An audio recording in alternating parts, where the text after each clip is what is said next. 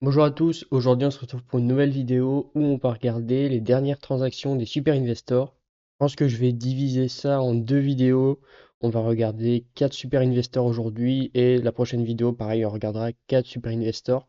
Et on commence tout de suite avec le premier qui est Bill Ackman qui possède Pershing Square. Donc Bill Ackman qui est très connu, qui est un investisseur activiste qui gère à peu près 15 milliards de portefeuille. Pendant un moment, il était pas mal dans tout ce qui était la nourriture avec Chipotle. On voit qu'il a du restaurant Bruns. Et donc, il y a un ou deux trimestres qu'il avait vendu Chipotle.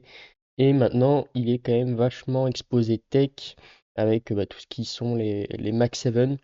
Il est connu aussi pour avoir perdu son short sur Herbalife. Et donc, si on s'intéresse à ses dernières transactions, on voit qu'il a quasiment vendu tout son Alphabet, tout son Google. Alors, il n'a pas tout vendu, hein, mais vraiment, c'est presque pareil que là, il a même pas 1% de son portefeuille qui est sur Google, sachant que c'est une position qu'il a depuis un moment. Je ne saurais plus dire à quelle date il a ouvert une position dessus, mais l'action devait être à 60 dollars, un truc comme ça, donc belle performance. C'était une société où il avait une grosse conviction, et du coup, là, il a presque tout vendu pour acheter du Microsoft à hauteur de 15% de son portefeuille. Donc je pense qu'il s'agit d'un simple arbitrage. Je pense qu'il veut profiter un peu de la tendance, tout ce qui est IA, tech, etc. Les Mac 7 qui explosent là, les 5 dernières années. Donc ce qu'il fait, c'est des arbitrages entre bah, la Mac 7 la moins chère et la Mac 7 la plus chère qu'il a peut-être en portefeuille, la plus valorisée en tout cas. Et là, à l'heure actuelle, c'est vrai que Google est excessivement cher, alors que Microsoft n'est pas cher, mais elle l'est beaucoup moins qu'un Google actuellement. Donc voilà, nouvelle position pour Bill Ackman, c'est du Microsoft. Et on voit aussi qu'il a rajouté 20% à sa position d'Amazon. Donc pareil, qui avait connu une petite baisse, donc une valorisation un peu plus intéressante, contrairement à les concurrents comme Alphabet. On n'a pas besoin d'aller voir en détail les chiffres de ces entreprises-là. Bon, elles sont assez connues et on sait qu'ils sont majoritairement très bons. Maintenant, on va regarder Chris Owen aussi, que j'aime beaucoup, et qui lui, par contre, a fait l'inverse de Bill Ackman. Donc on voit qu'il a acheté du Alphabet pour 7% de son portefeuille à peu près. Bon, il avait déjà une position dans la classe C. Donc voilà, Chris Owen qui a racheté du Google et qui, par contre, réduit drastiquement sa position Microsoft, qui coupe 80% de sa position. Donc maintenant, on a 2,25% de son portefeuille qui est représenté par Microsoft, alors qu'on est à 7% à peu près pour Google. Et sachant que si je dis pas de bêtises, il me semble que Chris Owen avait vendu son Google récemment. Ouais, voilà, juste là, Q3 2025, il avait soldé toute sa position Google et il avait réduit de 50%, enfin à 40% la position Google. Et donc en 3 trimestres, apparemment, il a changé d'avis vu qu'il en a racheté. Le souci, c'est que là, dernièrement, la valorisation était quand même excessivement chère. Donc, je sais pas. Il a forcément ses raisons, mais pour moi, c'est toujours trop cher. On voit qu'il a aussi profité de la baisse de toutes les boîtes un peu de la finance pour renforcer ses positions. Il a rajouté dans S&P Global, dans Moody's et dans Visa. Donc Moody's et S&P Global qui sont concurrents, notamment dans la notation. Ça peut être des dettes d'État, ça peut être des dettes des banques, etc. Et S&P Global qui a une partie aussi ETF avec notamment bah, tout ce qui est le S&P 500. Alors on va aller voir un petit peu les chiffres rapidement de S&P Global. On voit qu'au niveau du chiffre d'affaires, on a 11% de croissance sur bah là, les 10 dernières années. Au niveau du free cash flow, on est à 15,90, donc on voit qu'on a un bon petit levier opérationnel, bonne conversion en free cash flow, donc en général amélioration des marges, tout ça. Donc c'est très bien. On voit que c'est un peu plus cyclique que la croissance du chiffre d'affaires. Au niveau des free cash flow par action, on est à 14% de CAGR, donc c'est un peu plus faible que le free cash flow. Donc là, on va voir juste après, mais je m'attends à ce qu'il y ait eu un petit peu de dilution par rapport à ça.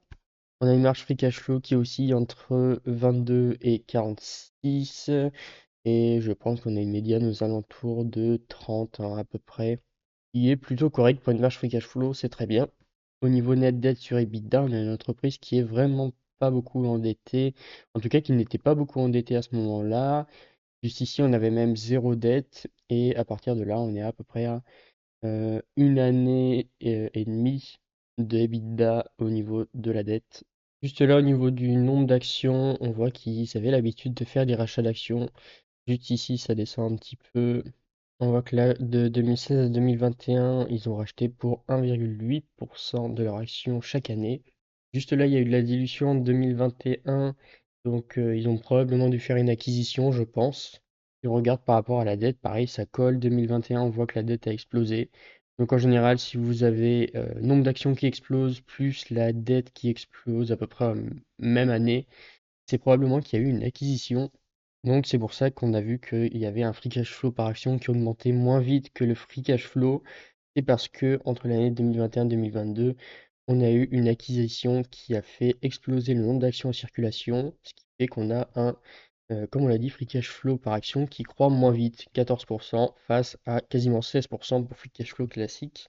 Et par contre, une fois la dilution faite, on voit qu'ils ont repris les rachats d'actions plutôt correctement. Maintenant, la valo, on va prendre le prix sur free cash flow, ça me paraît correct. Donc on voit qu'on a une médiane sur les 10 dernières années à 28,08.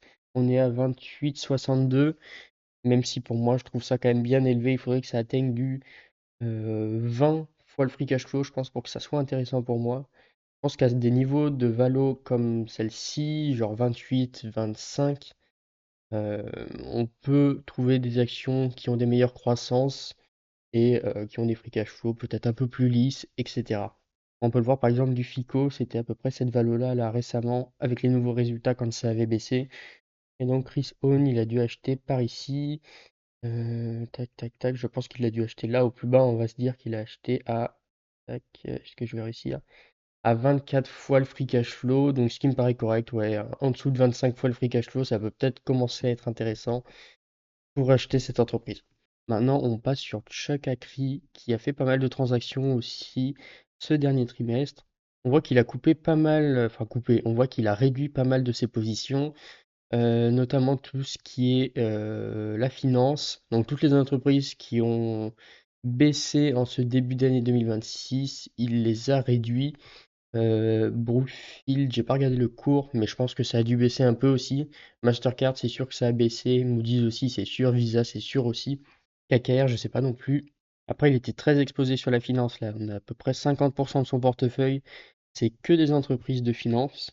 Donc, je pense qu'il a pas dû avoir une jolie perf là en ce début d'année 2026. Donc, je pense qu'il a fait quelques arbitrages. On voit qu'il en a profité pour rentrer. Ça, c'est très intéressant sur du ServiceNow et du Salesforce. Donc on a Chuck Akri qui souhaite se positionner sur toutes les entreprises de SaaS qui, pareil, là, en ce début d'année, même euh, fin d'année 2025, prennent cher. Donc il a voulu ouvrir de nouvelles positions. Donc lui, il n'a pas pris du Adobe, moi j'ai pris du Adobe. Il a pris du CRM et du Now. On va les regarder un peu peut-être après. Alors il me semble que de tête, les chiffres de Salesforce et ServiceNow sont très bons. Faudrait que j'aille voir un peu la valo, par contre, ce que ça donne. Je sais pas à combien elle se négocie actuellement. On voit qu'il a quasiment réduit par deux sa position sur Airbnb, pardon. Moi, j'aime un peu moins Airbnb que Booking. C'est une boîte plus récente qui est rentable depuis un peu moins longtemps, qui, aux dernières nouvelles, diluait ses actionnaires, beaucoup de SBC. Pareil, il a réduit quasiment de 50% sa position sur Aurélie.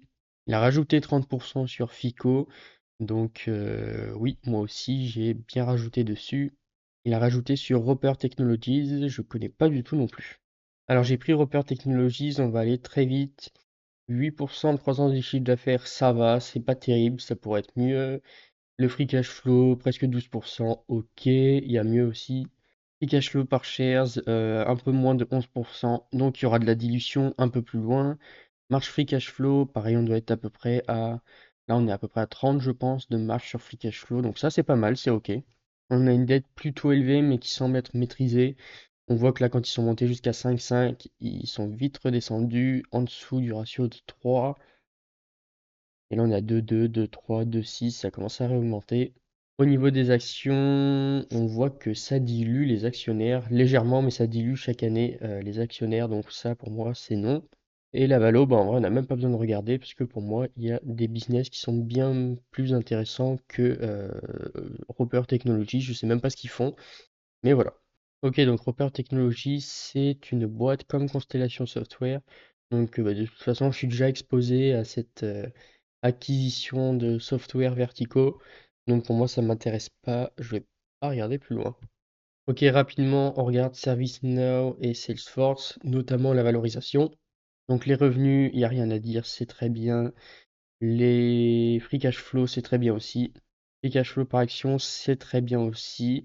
Je pense qu'il y a un peu de dilution pour les deux entreprises. Marge free cash flow, ça va, c'est pas trop mal. Dette net, bah pareil, on a des boîtes qui ont quasiment zéro dette. Et nombre d'actions en circulation, on voit qu'on a de la dilution. Là, j'ai l'impression, en bleu, c'est qui? C'est Salesforce qui rachète ses actions depuis peut-être 2023. Mais avant, il y avait de la dilution. Et par contre, ServiceNow, on continue à être dilué. Donc ça, c'est pas terrible. Et au niveau valorisation, on a des valorisations qui commencent à être intéressantes pour notamment Salesforce qui commence à être à 12 fois le free cash flow. Donc c'est à peu près pareil qu'Adobe. Adobe, ça doit être un petit peu moins encore maintenant. On doit être toujours à 10 à peu près. Mais ouais, c'est une valorisation intéressante par rapport au niveau de croissance, la qualité du business. Il y a juste la dilution qui est pas terrible, mais on voit que Salesforce depuis 2023 rachète leurs actions. Et ServiceNow, on a des croissances un peu plus élevées, étant donné que les chiffres sont beaucoup plus petits. Je pense que la boîte est beaucoup plus petite. Je connais pas la market cap, mais c'est à peu près sûr. Donc 23, mais c'est pas non plus pas cher. Après, par rapport à la médiane qui est à 52, 23, c'est sûr qu'on est divisé par deux quasiment, donc pourquoi pas. J'aurais plutôt tendance à dire que je préfère Salesforce si je devais en choisir une des deux. Et le dernier investisseur qu'on regarde pour aujourd'hui, c'est François Rochon. Avant qu'on commence, n'oubliez pas de vous abonner, de laisser un commentaire et de laisser un j'aime à cette vidéo. C'est très important, ça me soutient. Et si vous n'avez pas encore de compte titre, n'hésitez pas à passer par mon lien en description pour ouvrir un compte chez Interactive Broker. Donc on est reparti, on regarde. François Rochon a réduit drastiquement sa position dans Berkshire Hathaway. Il a réduit aussi dans Ametec, dans IBP que je connais pas du tout. Il a acheté ADP Automatic Data Processing que je connais de nom.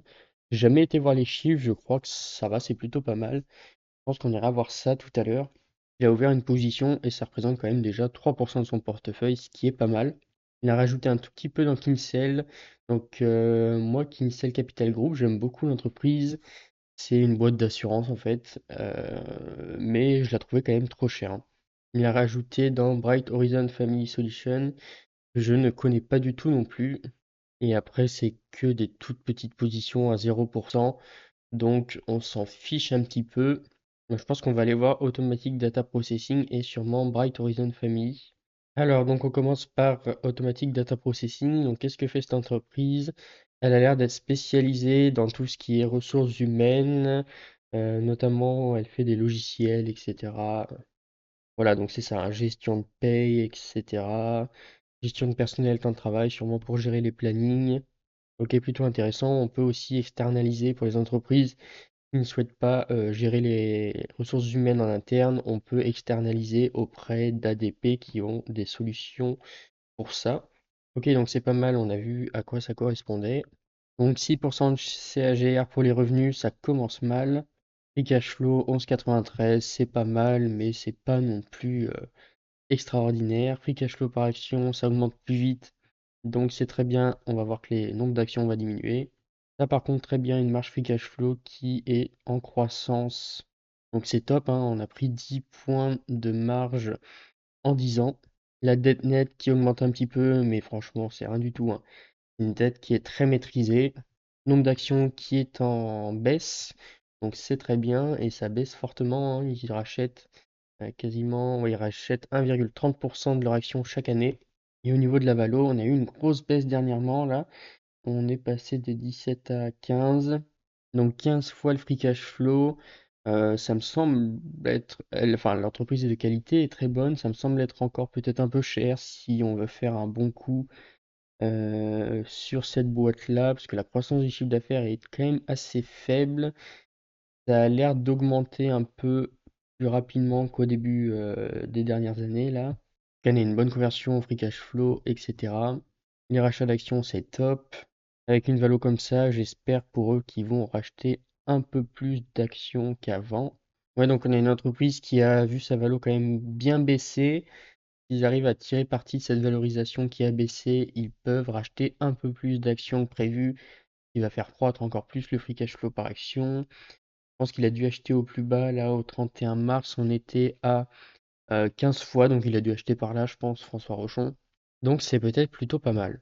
Et Bright Horizon Family Solutions, c'est une boîte de garde d'enfants, de l'éducation de la petite enfance et soutien aux familles. Donc c'est pas mal, elle est vachement B2B, elle propose à des boîtes d'avoir des avantages sociaux pour les salariés, d'avoir une crèche, etc. Ok, c'est plutôt pas mal. Ok, c'est pas que la petite enfance, mais ça peut être aussi pour les personnes âgées. Service des conseils en éducation. Ok. Ok, sympa, je connaissais pas. Et maintenant, on va regarder les chiffres. Si je regarde les chiffres, on a un CAGR de 7% par an. Gros creux pendant le Covid, donc ça c'est normal. Bon, la croissance est un petit peu faible. Au niveau du free cash flow, c'est pas terrible, hein. Pareil, 7% de croissance. Free cash flow par action qui augmente à 7,87. Donc il y a eu un petit peu de rachat d'actions entre-temps. Ouais, ça me faisait un peu peur, mais ouais, on a une marge free cash flow qui est vraiment très très faible, hein. On a rarement été au-dessus de 10, donc pour moi là déjà c'est rédhibitoire. Et on a une boîte qui est plutôt quand même très endettée, qui s'est fortement endettée pendant le Covid, je pense, pour survivre justement. Le ratio a rapidement baissé, on est toujours à 3,7, ce qui est quand même élevé. Et au niveau des actions en circulation, en général, ils rachètent leurs actions. Il y a juste eu un peu de dilution en 2020, pareil, je pense, pour survivre au Covid. Et par contre, le prix sur Free Cash Flow, donc là, on a augmenté, on est à 28. Lui, il a dû acheter aux alentours de 20 juste là. Mais même 20, en fait, c'est beaucoup trop cher pour les chiffres que je viens de voir, malheureusement. Voilà, n'hésitez pas à me dire si cette vidéo vous a plu, quelles ont été vos dernières transactions pour ce Q1 2026.